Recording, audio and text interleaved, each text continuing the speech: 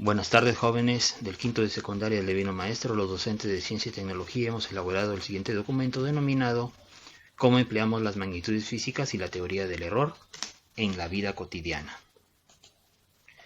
Una definición de lo que es magnitud física. Magnitud física es todo aquello que se puede medir, vale decir que podemos cuantificar. Por ejemplo, podemos medir la longitud de nuestra mesa, podemos medir la masa de nuestro cuerpo, el volumen de repente de una taza que tiene té, la temperatura del cuerpo.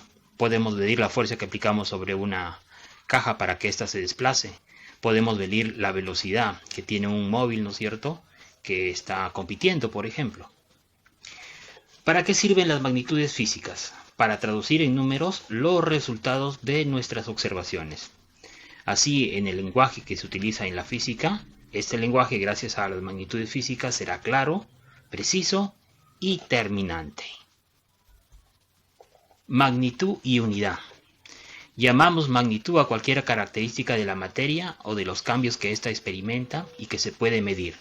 Es decir, la podemos expresar con un número y con una unidad de medida. Por ejemplo, la masa o la temperatura son magnitudes. Podemos decir que la masa de un cuerpo puede ser 60 kilogramos y la temperatura que sea 30 grados Celsius.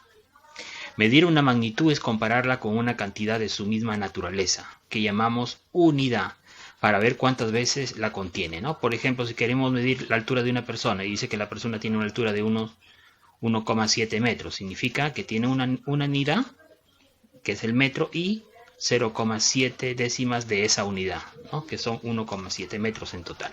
Estamos haciendo una comparación. Clasificación de las magnitudes físicas. Las magnitudes los podemos clasificar desde dos puntos, según su origen y según su naturaleza. Según su origen tenemos las magnitudes fundamentales y las magnitudes derivadas, y según su naturaleza tenemos magnitudes escalares y magnitudes vectoriales.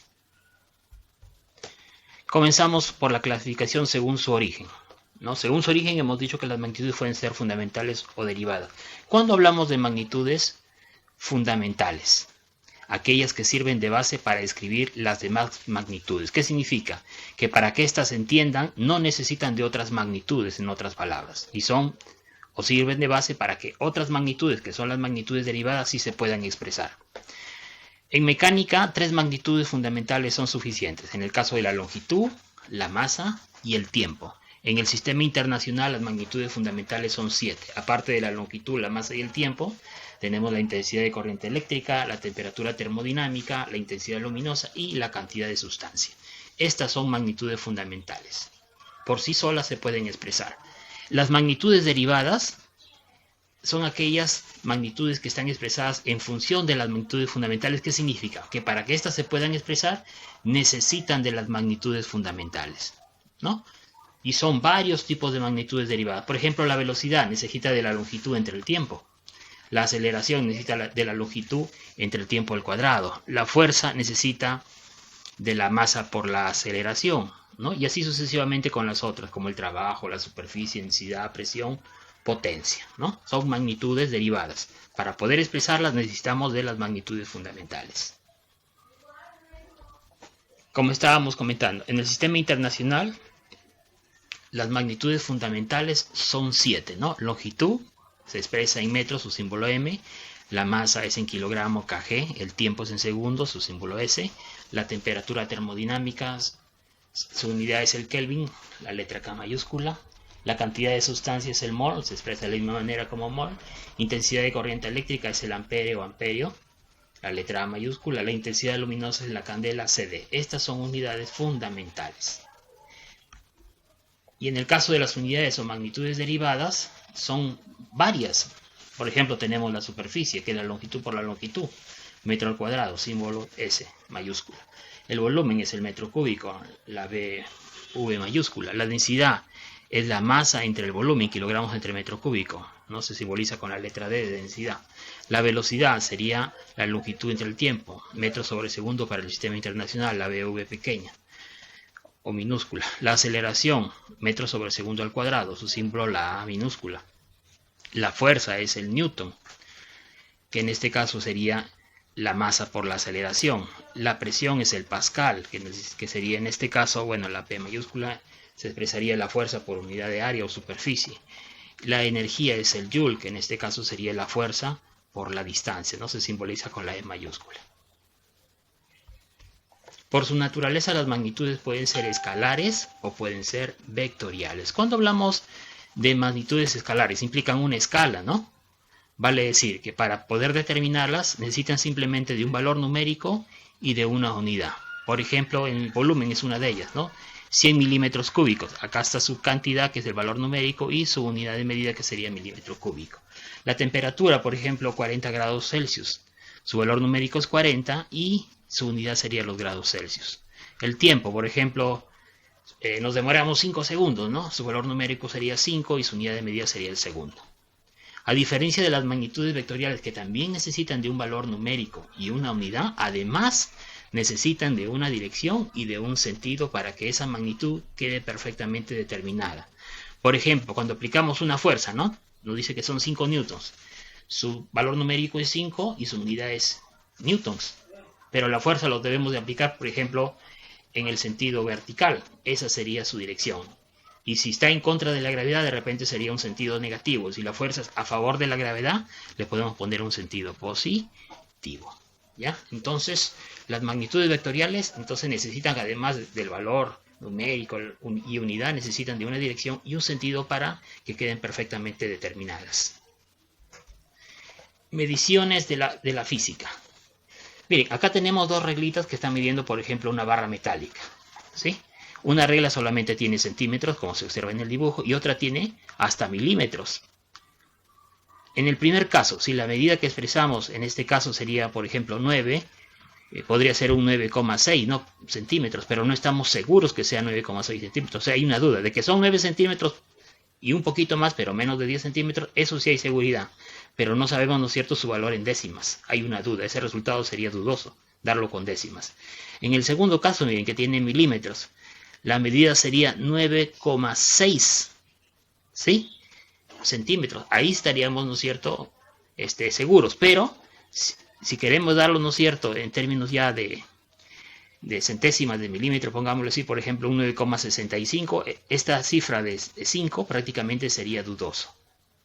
¿Ya? ¿Por qué? Porque esta regla, ¿no es cierto?, la segunda tiene milímetros y la primera no tiene milímetros. Por lo tanto, la segunda me da mejores resultados que la primera, por tener una escala que me mida mejor, ¿no es cierto?, unidades de escala más pequeña. Tipos de medición. Tenemos la medición directa. ¿Cuándo hacemos una medición directa? Cuando determinamos el valor de una magnitud utilizando un instrumento de medida. Por ejemplo, de este cilindro metálico vamos a medir su longitud, ¿no? 4,3 centímetros, pongámosle. Estamos haciendo prácticamente una medición directa, o sea, con un instrumento de medida automáticamente obtenemos su medición de longitud de este cuerpo. Y cuando estamos hablando de una medición indirecta, es aquella en la que la magnitud buscada se estima midiendo una o más magnitudes diferentes y se calcula la magnitud que buscamos mediante un cálculo. En otras palabras, acá interviene un cálculo matemático a partir de la magnitud o magnitudes directamente medidas. Por ejemplo, a ver, acá tenemos la altura de una persona, ¿sí? Y acá tenemos la altura de un árbol. Esta persona quiere calcular la altura del árbol sin necesidad de medirlo directamente, sino quiere hacerlo de manera indirecta. Y para eso puede utilizar lo siguiente, miren. Su altura, que sería más o menos hasta acá de la persona, y acá queda, ¿no es cierto?, esta altura que le pertenece al árbol, desde acá hasta arriba. Esta altura, ¿no?, que sería prácticamente desde la persona hacia la copa del árbol, quiere calcularlo. Lo puede calcular de la siguiente manera. Si sabe la distancia que hay de la persona al árbol, ¿sí?, vale decir lo que es el cateto opuesto, y tiene, ¿no es cierto?, también lo que es la hipotenusa como valor, entonces automáticamente puede calcular el cateto, ¿no es cierto?, que sería desde la copa del árbol hasta casi la altura de la cabeza de la persona, haciendo, ¿no es cierto?, una relación trigonométrica, ¿no?, sabiendo justamente este ángulo que está acá, el ángulo alfa. Entonces ahí automáticamente puede calcular la altura del árbol, que sería en este caso la distancia por la tangente de ese ángulo alfa, más la altura de la persona o del observador, ¿no? Entonces, con esta fórmula matemática automáticamente me va a obtener que la altura del árbol, y eso lo hace mediante un cálculo matemático. Entonces, acá no hay una medición directa, simplemente al emplear cálculos matemáticos, automáticamente estamos en medición indirecta. Medida de la longitud. Para medir la longitud se utilizan distintos aparatos. Por ejemplo, tenemos la cinta métrica, tenemos la regla, ¿no? La wincha que llamamos, ¿no? Dependiendo de las escalas que éstas tengan para medir. Ello depende de la cantidad que lógicamente deseamos medir. Si son objetos pequeños, de repente una regla. Si son objetos más grandes, podemos utilizar un metro o una cinta métrica. Para medir la longitud de objetos difíciles de comparar con una regla o para medir longitudes con gran precisión, tenemos que utilizar instrumentos que son precisos para medir justamente esas longitudes. Dentro de ellos está el calibre, o también llamado pie de rey, o el micrómetro, o también denominado Palmer. Acá tenemos el calibre o pie de rey, que parece una especie de regla, ¿sí? Con una regla pequeña que es movible y tiene una especie de pico de pato.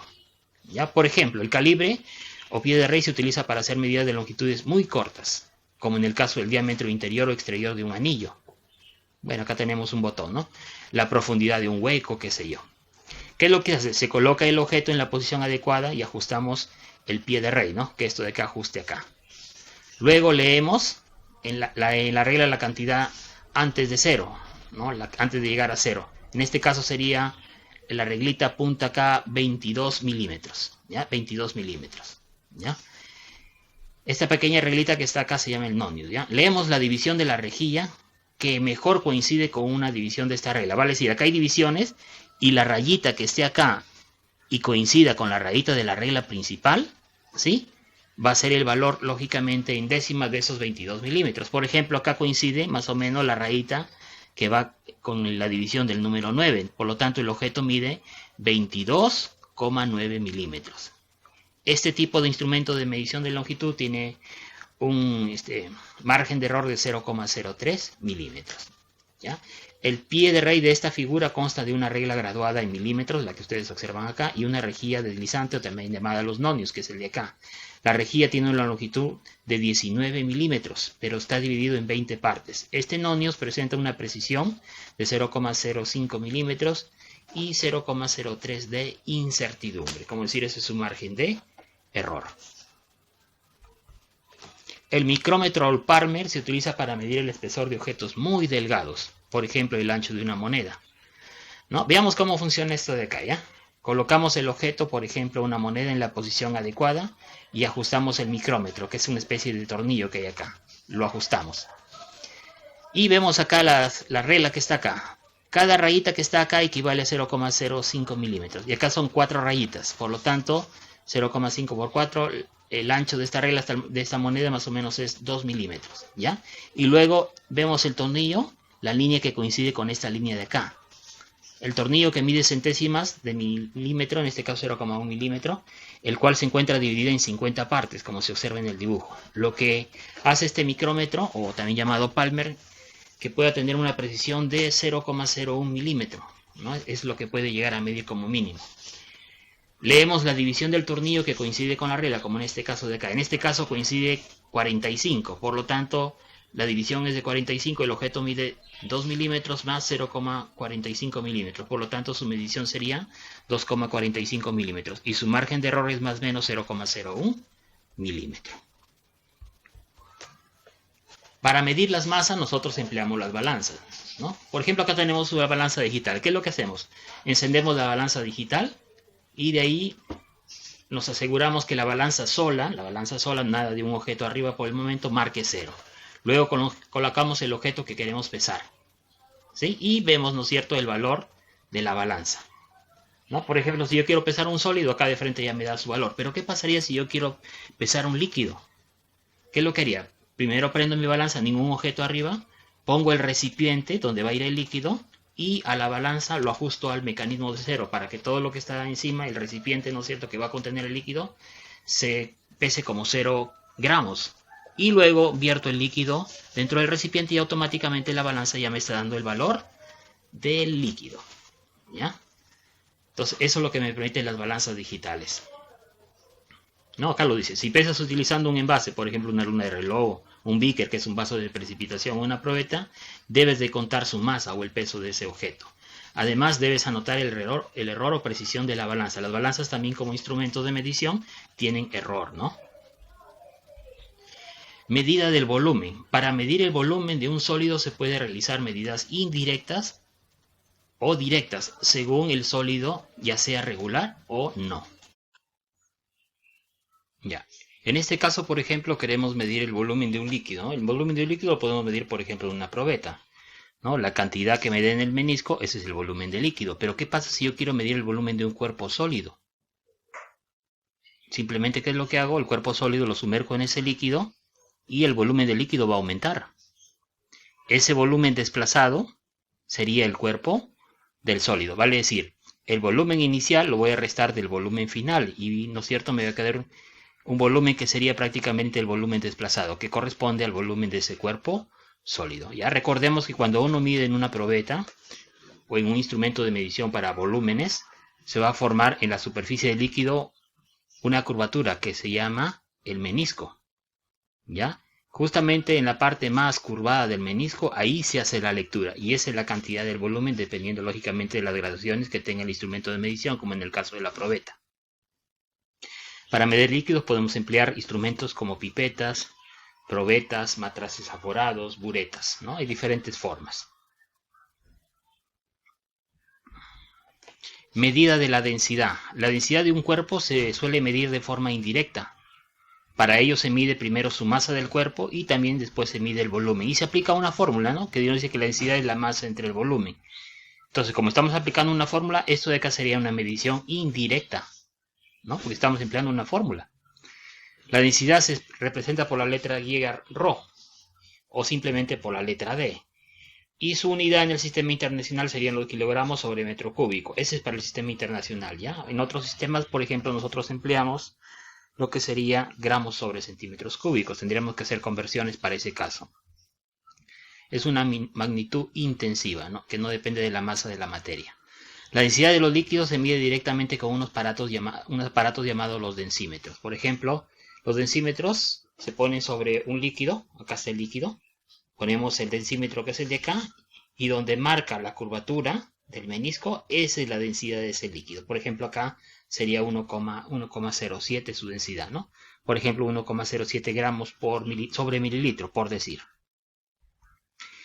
El error en la medición. Coloquialmente la palabra se usa como una especie de equivocación. El error nosotros lo relacionamos con equivocación, pero en el caso de magnitudes físicas o en física, el error sí está permitido y está asociado a lo que es el concepto de incertidumbre en la determinación del resultado de una medición. Lógicamente, ese error tiene que tener una cantidad determinada, no debe ser muy exagerado, porque ahí el error no es dable, ¿ya? El error que tiene una cantidad adecuada, no muy elevada, se llama error permitido, y eso de ahí sí se puede utilizar para hacer mediciones. Causas del error en la medición. Se puede ver por precisión del instrumento, ¿sí? Si yo no utilizo instrumentos precisos, entonces voy a tener más error. Si mides con una regla que te indique milímetros, tu medida será más exacta que si tú lo emplearas una regla que solamente tiene centímetros. ¿Ya? Eso depende del instrumento, precisión del instrumento. Para reducir los errores debidos al instrumento, hay que escoger uno que sea lo más preciso y exacto posible. Otra causa de error sería la habilidad que la persona tiene cuando está utilizando ese instrumento de medición. Para reducir los errores debido a la habilidad de las personas, se repite la medición y se toma como resultado la media aritmética o lo que nosotros llamamos el promedio de los valores obtenidos, descartando aquellos valores que se alejen mucho de los otros valores que se están obteniendo al medir. ¿Ya? Entonces, eso depende de la habilidad de las personas. Las personas que ya tienen dominio de instrumentos de medición, lógicamente su error va a ser menor, ¿no? Aquellas personas que no dominan instrumentos de medición tienen un error mayor. Errores propios de los instrumentos de medición. Puede ser que no estén bien calibrados los instrumentos o que la escala no sea la apropiada, ¿no? Por ejemplo, si yo quiero medir la temperatura con un termómetro digital y el termómetro está descalibrado, de hecho que me va a originar un gran error, a diferencia que el termómetro esté calibrado.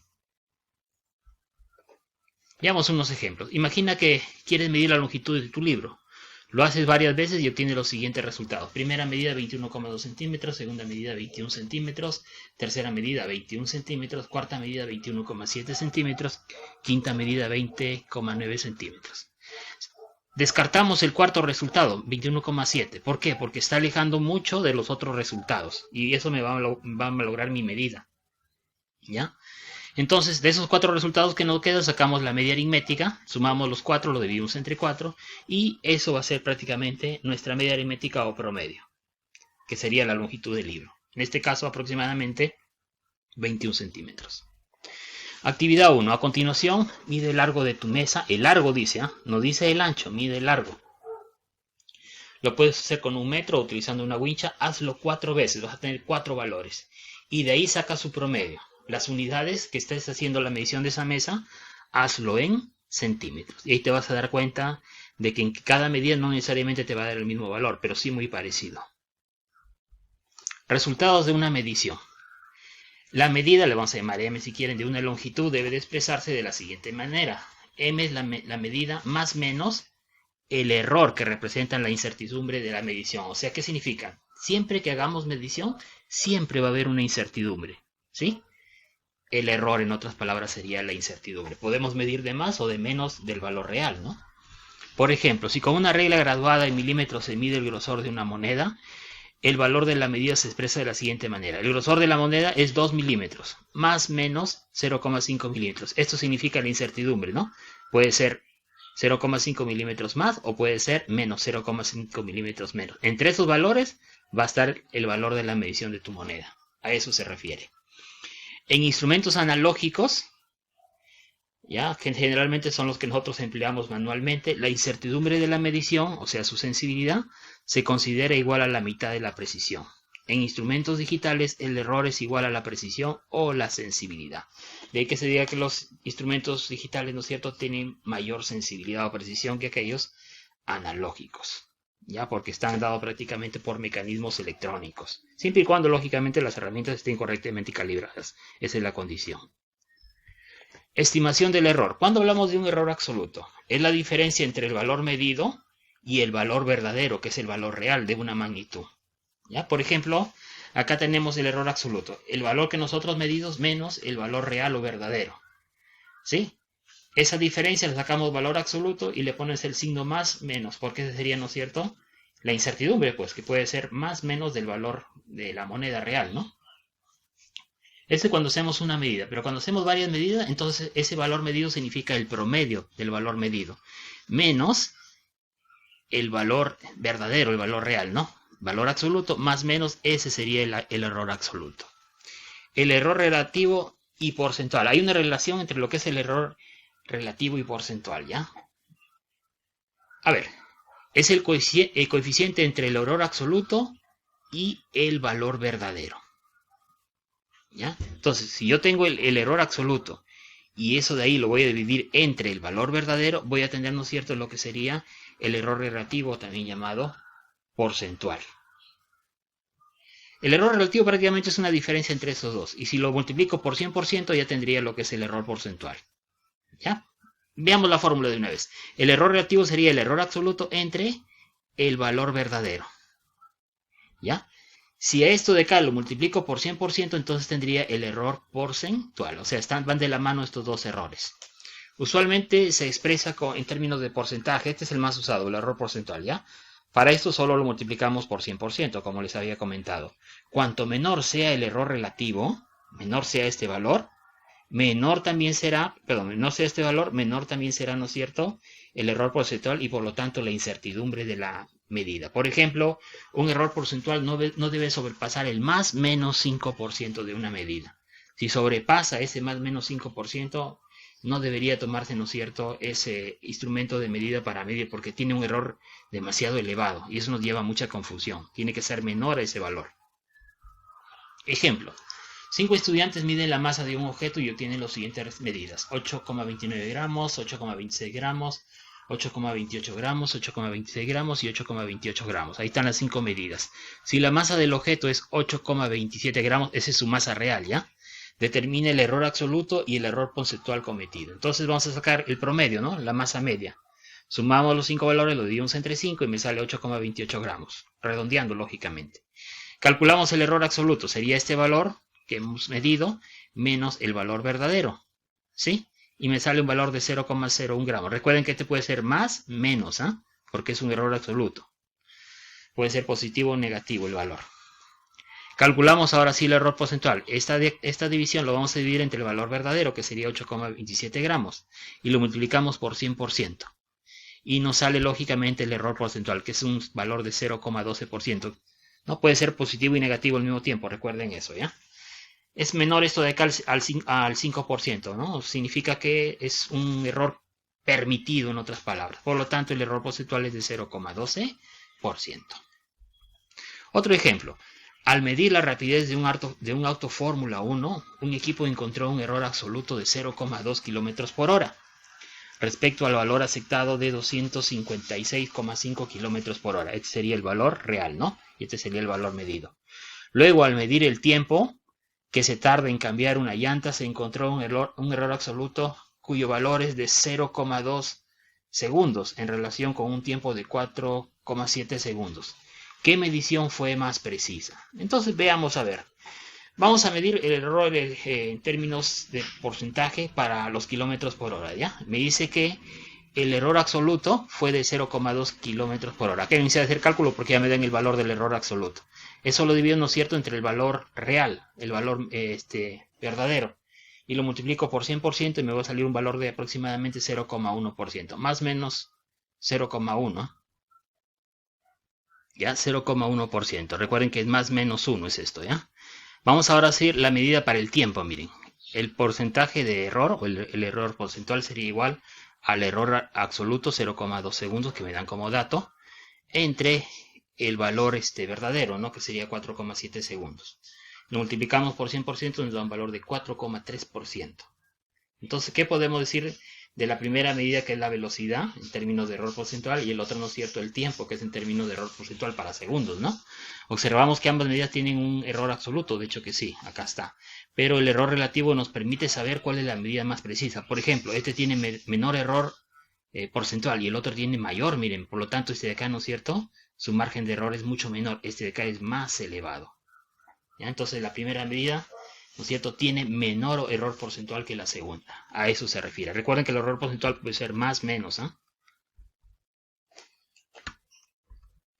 Actividad número 2. Resuelve los siguientes ejercicios. Se ha medido la longitud de un terreno.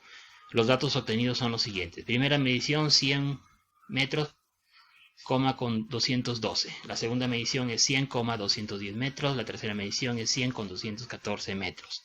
Calcula su promedio o media, ¿no? Es simplemente una operación.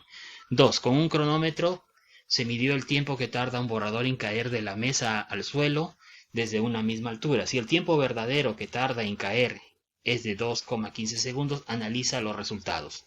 Y ahí te ponen los resultados, miren. Su margen de error en cada uno de los casos, 0,01 segundo, ¿ya? Uno fue 2,05 segundos, 2,45 para el segundo, para el tercero 1,98, para el cuarto 2,20 y para el último 2,12. Te pide lo siguiente. ¿Cuánto tarda el borrador en caer? ¿Qué precisión tiene el cronómetro? ¿Cuál es el error absoluto? ¿Cuál es el error absoluto de la última medida? ¿Cuál es el error relativo de la última medida? Y tercera pregunta, elabora un mapa conceptual en alguna aplicación que puedas encontrar en internet, por ejemplo, Cmax Tools, ¿no? Canva, qué sé yo. Y si no puedes o no tienes internet, puedes hacerlo de manera manual, tu mapa conceptual, sobre las magnitudes físicas y la teoría de errores. Ticket de salida. Responde a las siguientes preguntas. ¿Qué es lo más importante que aprendiste en la clase de hoy? Segunda pregunta. ¿Entendiste la clase de hoy? ¿Cómo lo sabes? Tercera pregunta. ¿Qué preguntas tienes sobre la clase de hoy? Muchas gracias. Hasta una próxima oportunidad.